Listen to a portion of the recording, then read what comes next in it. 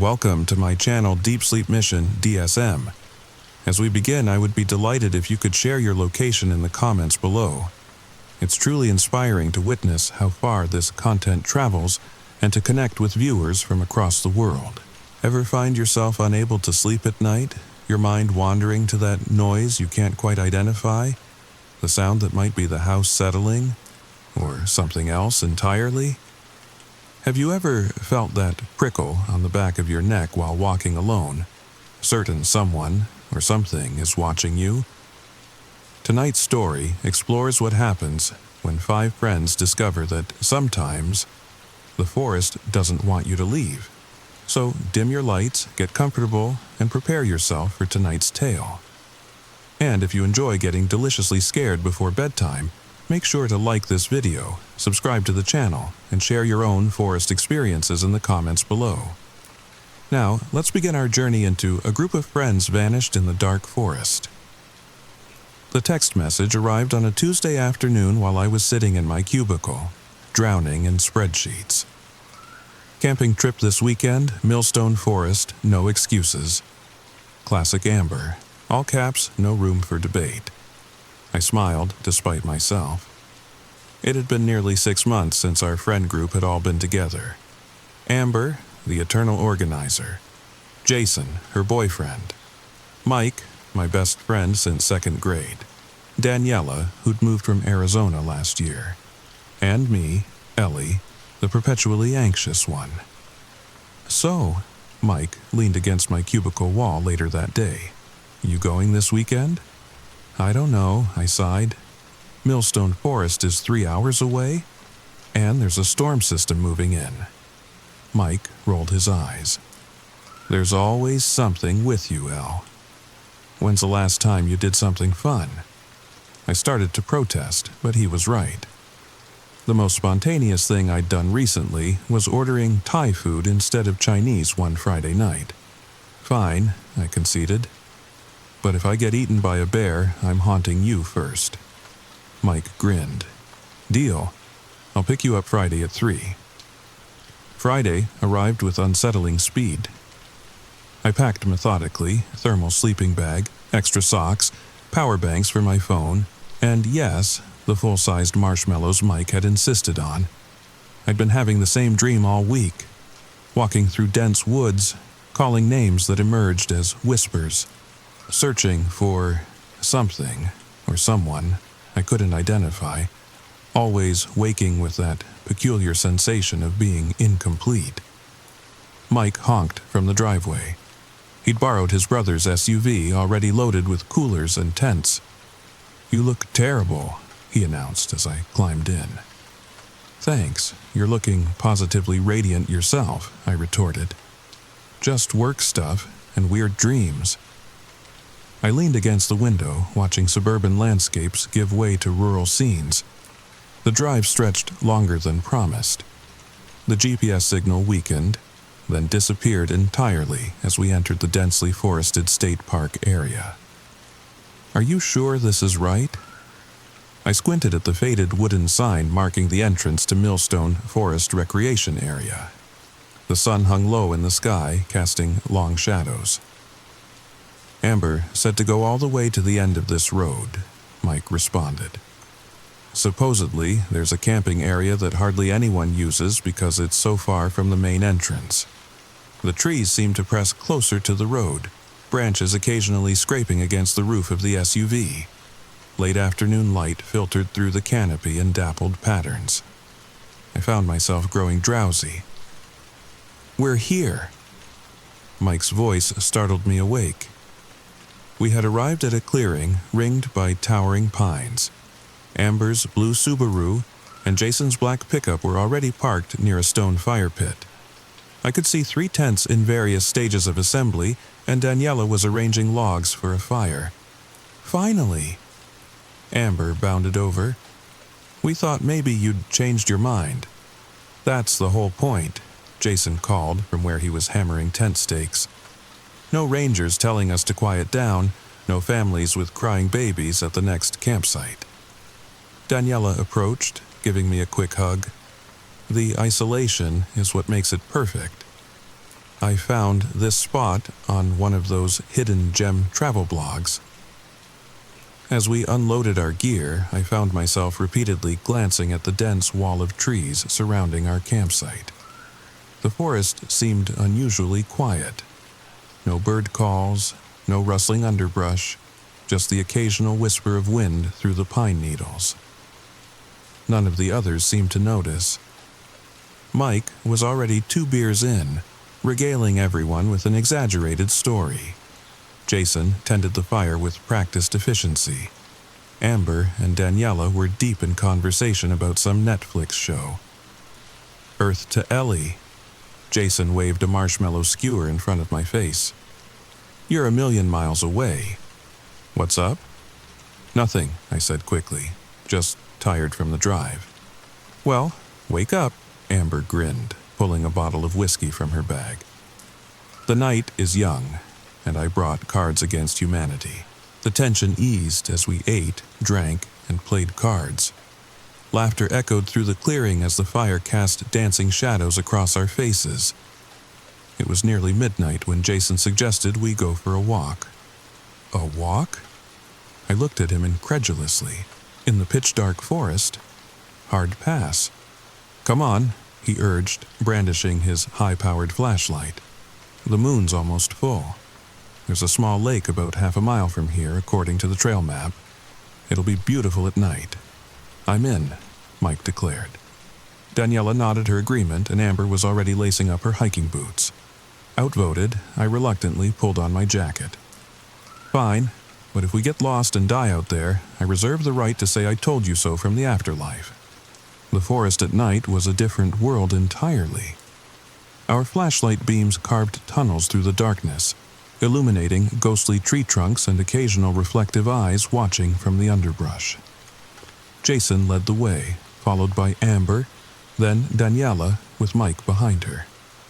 I brought up the rear, constantly glancing over my shoulder. According to the map, we should reach the lake after this ridge, Jason called back, his voice sounding strangely muffled.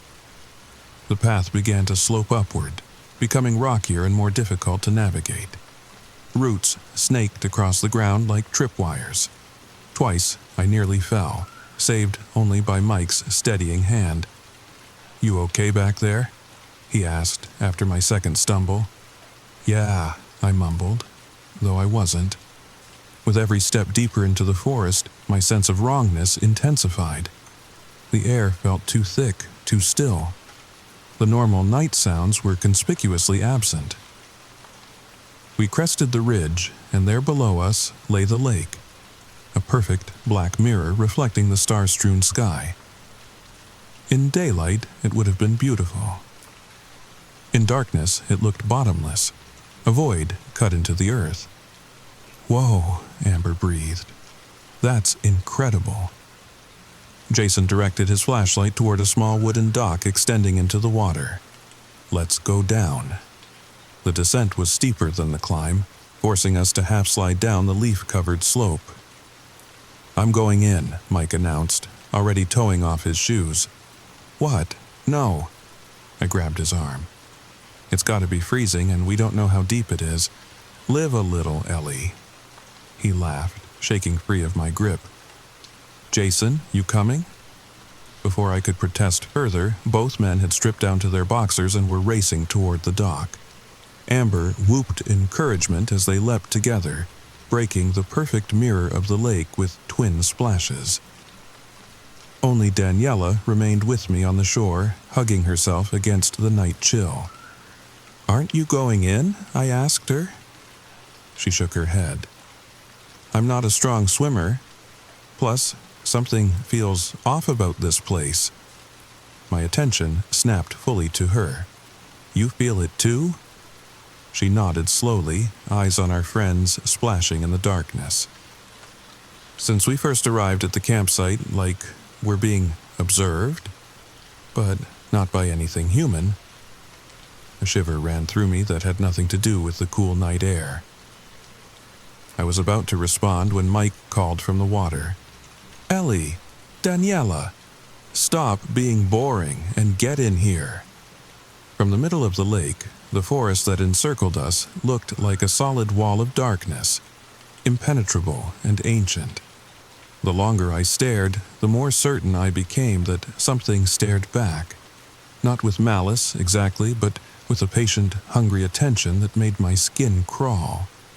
"Do you see that?" Daniela's whisper was barely audible. "See what?"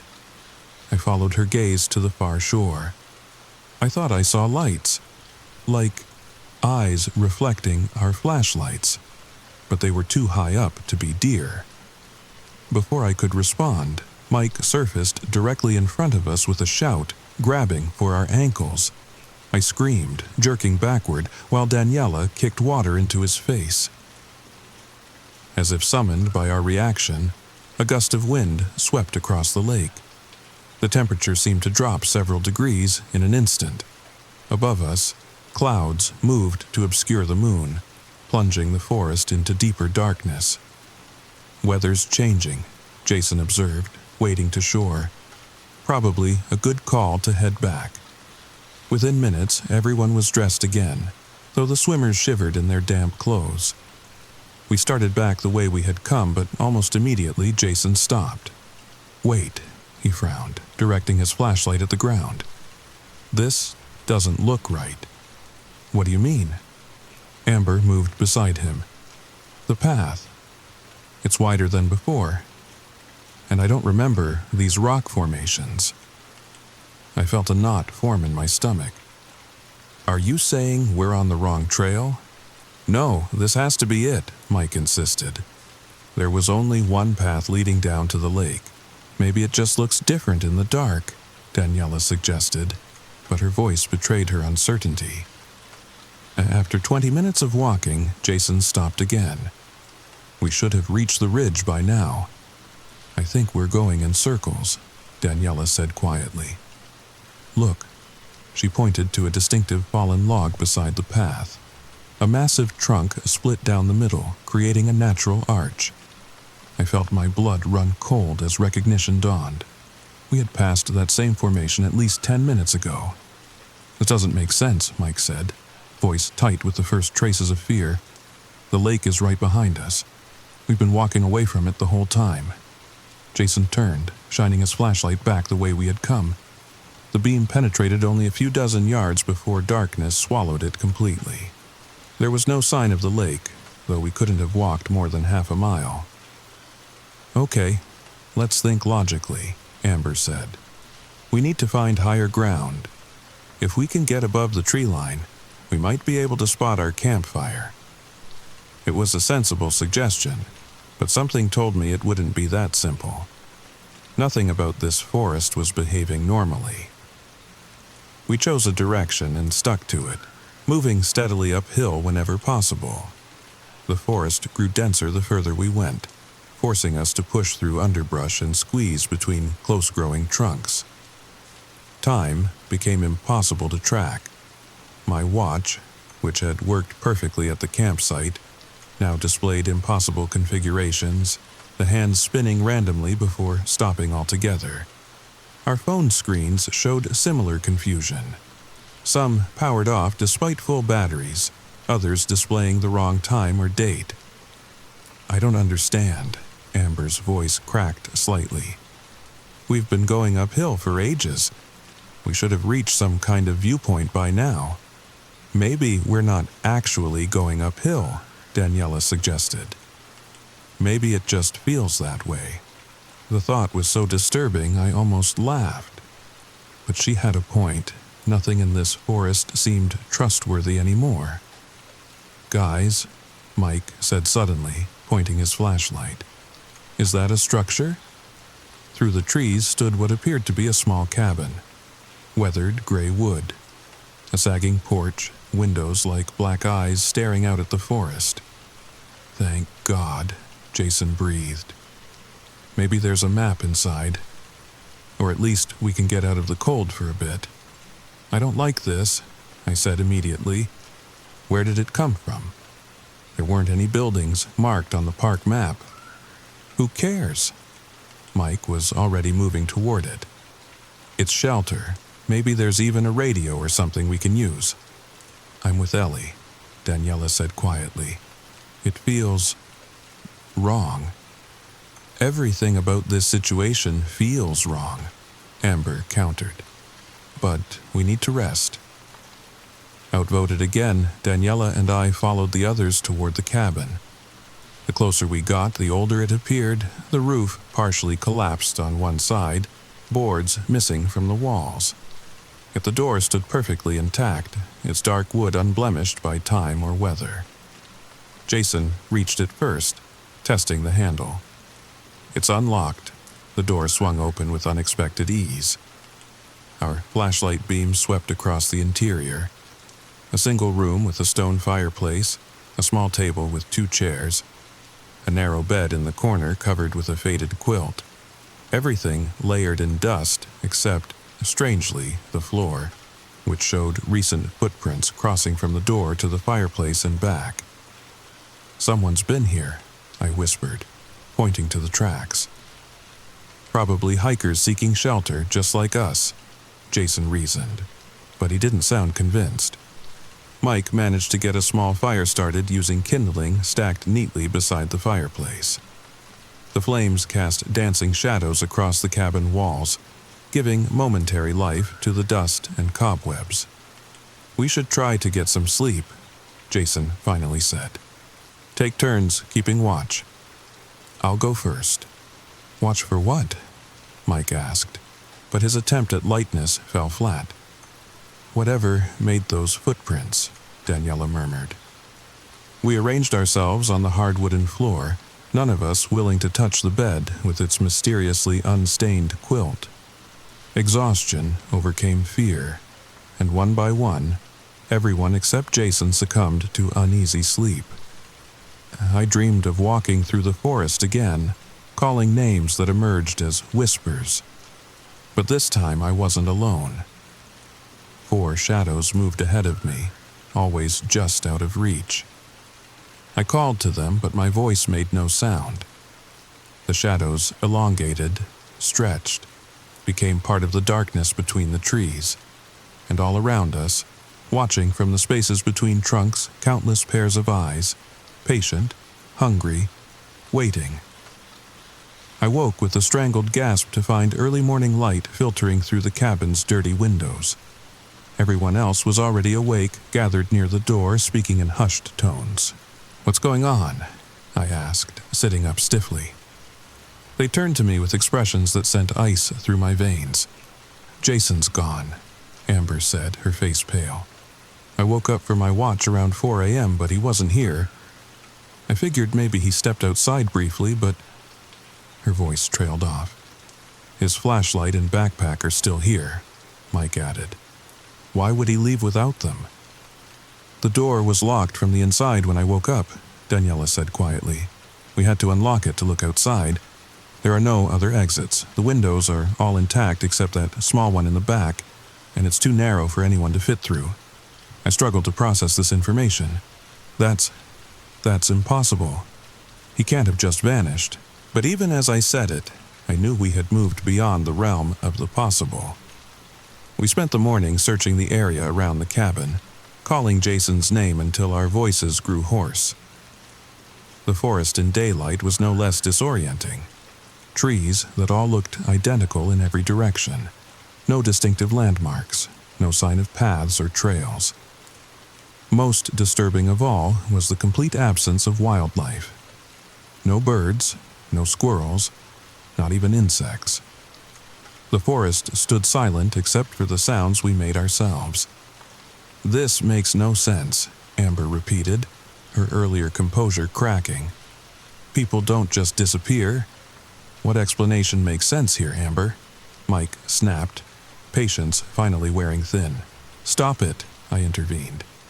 Fighting won't help us find Jason or get out of here, Daniela spoke up.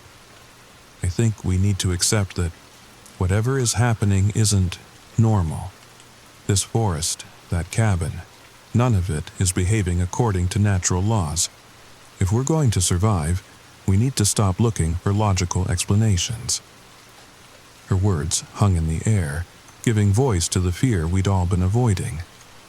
We need to leave, I said finally. grab our stuff from the cabin and pick a direction. Keep walking until we find a road, another person, anything. No one argued. We returned to the cabin, hastily gathering our limited supplies. As we stepped outside, Daniela stopped suddenly. "Wait," she said, pointing to the ground. "Look at these." At first, I didn't understand what she was indicating. Then I saw them. Footprints in the soft earth near the cabin's foundation. Not our own chaotic tracks from the morning's search, but a single set leading purposefully into the trees. They appeared to have been made by bare feet. Are those Jason's? Amber whispered, hope and dread mingling in her voice. "The stride length matches someone his height," Mike said, crouching to examine them more closely. "But why would he be barefoot? His boots are still inside. We have to follow them. What if it's a trap?" Daniela voiced the fear we were all feeling. "What if it's not?" I countered. "What if Jason is hurt? We can't just abandon him."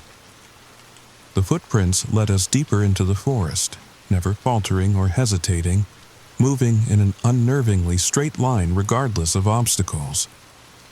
Where fallen trees or dense underbrush should have forced a detour, the prints simply continued on the other side as if their maker had passed through solid matter.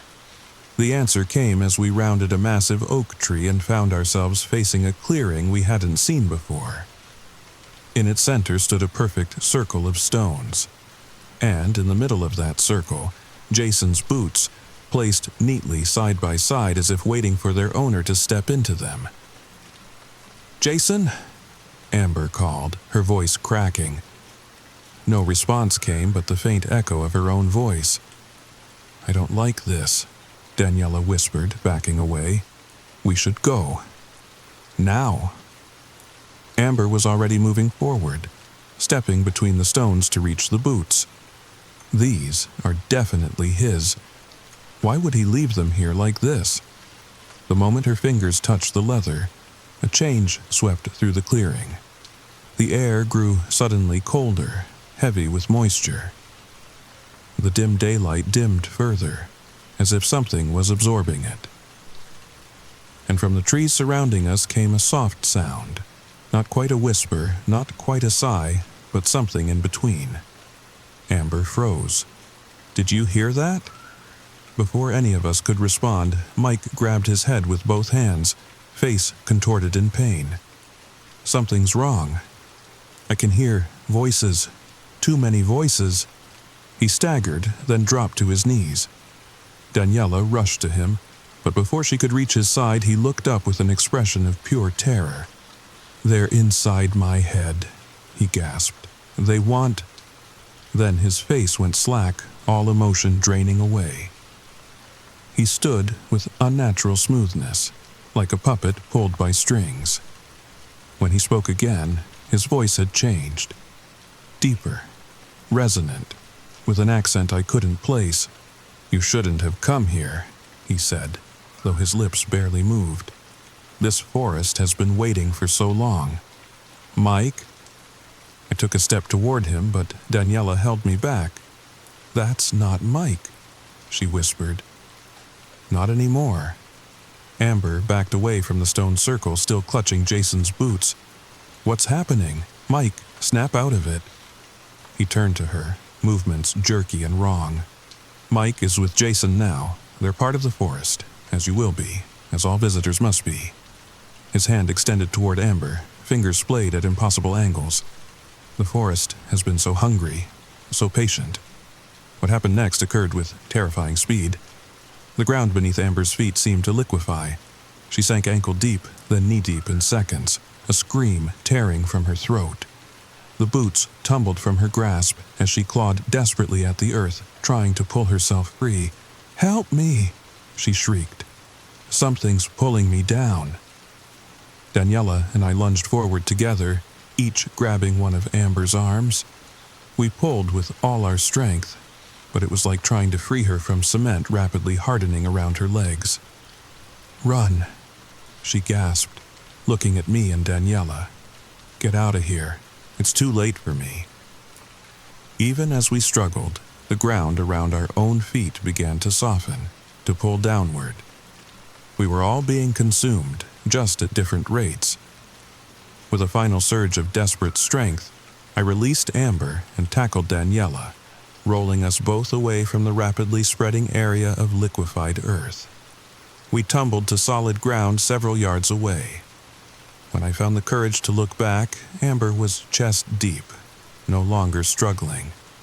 Her expression had changed to one of eerie calm, almost peaceful, the same empty look that had overtaken Mike. "It doesn't hurt," she said softly.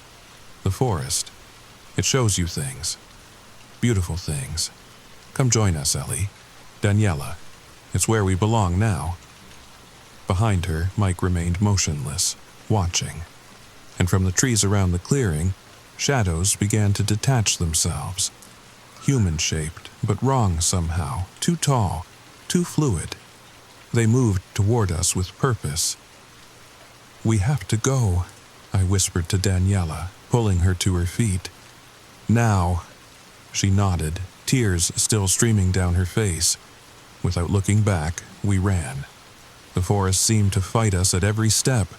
Branches reaching down to claw at our faces, roots rising to trip us, the ground itself becoming treacherous underfoot. Behind us, I could hear movement. Not footsteps exactly, but a slithering, rushing sound like thousands of leaves being dragged across the forest floor. And then, as if summoned by our desperation, we broke through a line of trees, and there it stood. The cabin, exactly as we had left it. It made no sense. We had followed the footprints for at least an hour in one direction. We had run for what felt like miles. There was no way we could have circled back to it. Yet, there it was, and the sounds of pursuit were growing closer. "Inside," I urged, pulling Daniela toward the structure. We stumbled through the doorway, slamming the door behind us and dropping the heavy wooden bar into place across it. The cabin's interior had changed. The dust and cobwebs were gone. The collapsed section of roof had been repaired. The fireplace contained a crackling fire, though we had doused it before leaving. And most disturbingly, the previously empty walls now held framed photographs, dozens of them. Each showed the same 5 people, our group, smiling at the camera in various outdoor settings. In each successive picture, one of us appeared more faded, more transparent, while the trees in the background grew more prominent, more alive. A soft scratching came from the door, gentle, almost tentative, like fingernails lightly dragging across wood. "They're here," I whispered. "What do we do now?" Daniela stared into the fireplace flames. "I don't think we can escape this, Ellie. I think the forest has been leading us here from the beginning." The scratching intensified, now accompanied by voices, familiar voices calling our names. "Ellie? Daniela, let us in. We're all together now. It's beautiful here. You'll understand when you join us."